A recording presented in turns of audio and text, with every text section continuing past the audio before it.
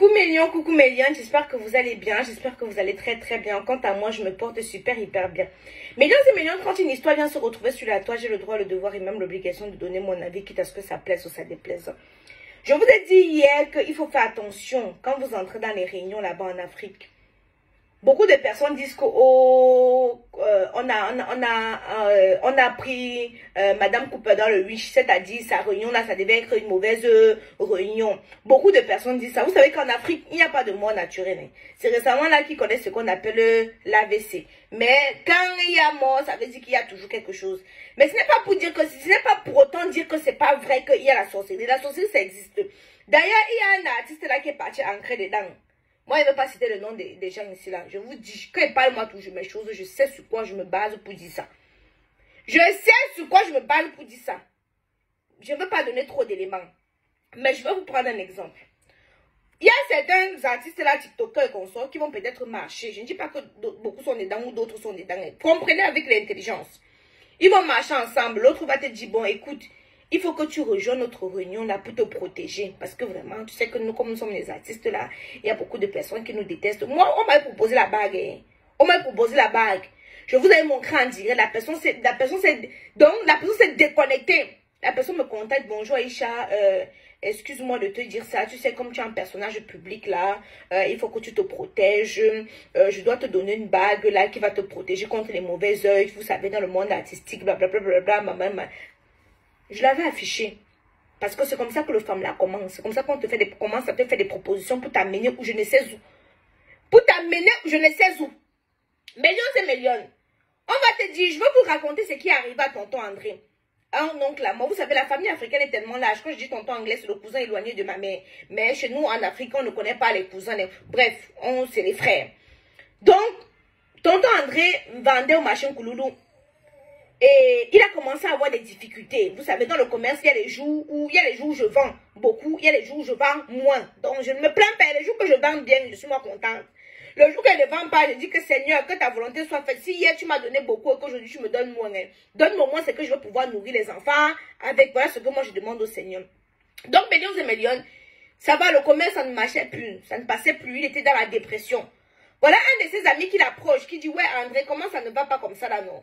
André dit que, gars, ça ne va pas, je fais tout au marché, ça ne marche pas. Il fait tout au marché, ça ne marche pas. Son ami lui dit, écoute, il faut que tu te relances. Je vais t'amener dans ma réunion, on va te prêter l'argent, et puis tu vas pouvoir relancer ton commerce avec. Notre réunion, là, on se soutient. Dedans, il y a d'autres qui peuvent te fournir la marchandise et tout, machin, nana. Donc, on fait comprendre à tonton André que on va le prêter de l'argent, et il va rembourser quand il veut. Il est très content. Il rentre à la maison, il explique à sa femme que voilà, Massamo m'a proposé un truc là, que je vais ancrer dans son tchouche. Me coup non tchouche Massamo, peut rendre pomo. Comme ça, me tend une fine rampopo. En bref, il dit que je vais ancrer dans la tontine de Massamo. Dès qu'on va me donner l'argent, je vais augmenter le fonds de commerce et comme ça. Sa femme dit que, hey, André, monsieur Ndos Sabon, je ne veux pas la sorcellerie, André. On va te prêter l'argent sur quoi? De quoi, André? Je ne veux pas, ne parle pas là-bas vendre mes enfants, André. C'est comme ça qu'André dit que, mais tu penses que Massamo peut être dans les choses comme ça? Massamo n'est pas dedans. J'ai vu Massamo, bref, il a commencé à prendre le caddie de Massamo. Sa femme lui a dit que ne pas prendre l'argent là. Il rentre un soir, qu'il est parti prendre, il explique à sa femme qu'il est arrivé, on lui a prêté l'argent. On lui a dit que dans deux mois, il va pouvoir rentabiliser et il va rembourser. C'est comme ça donc il part. Et ça marche bien. Et il part, il arrive. Excusez-moi. Les 2 mois arrivent maintenant, c'est le jour de la réunion où il faut qu'il parte rembourser l'argent qu'on lui a prêté avec les intérêts. Il arrive donc, il ramène l'argent avec les intérêts, tout ça. Il dit que bon, voilà l'argent que je vous ai prêté là, je vous mets même les intérêts dessus, vraiment merci beaucoup, ça a beaucoup marché. On lui dit que mais, Massamo ne t'a pas expliqué. Il dit que non, Massamo m'a expliqué quoi? Massamo m'a dit qu'on va me prêter l'argent et dans 2 mois, je vais rembourser avec les intérêts. Le directeur général de la réunion lui dit, mais ce n'est pas comme ça que ça se passe, hein.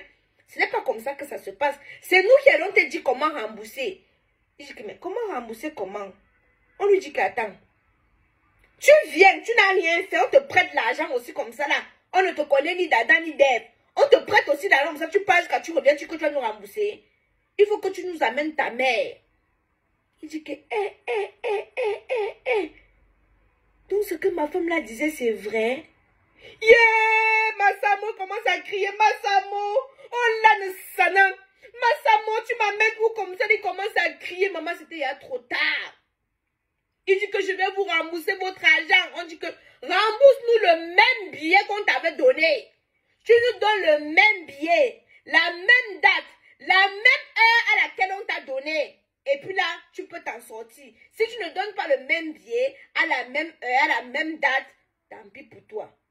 Il devait donner comment à la même heure, le même billet qu'il avait parti utiliser.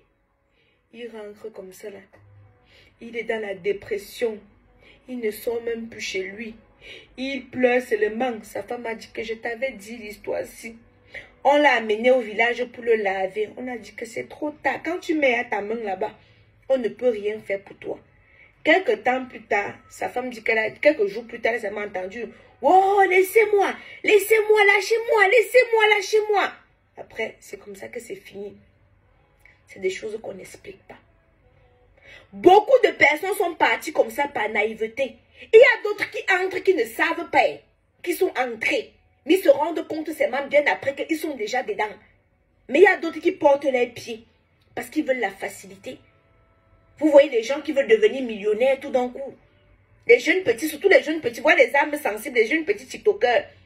Ils veulent devenir stars du jour au lendemain. Ils veulent rouler dans les Range Rover. Ils veulent aller à Dubaï. Rien ne s'obtient facilement. Rien ne s'obtient.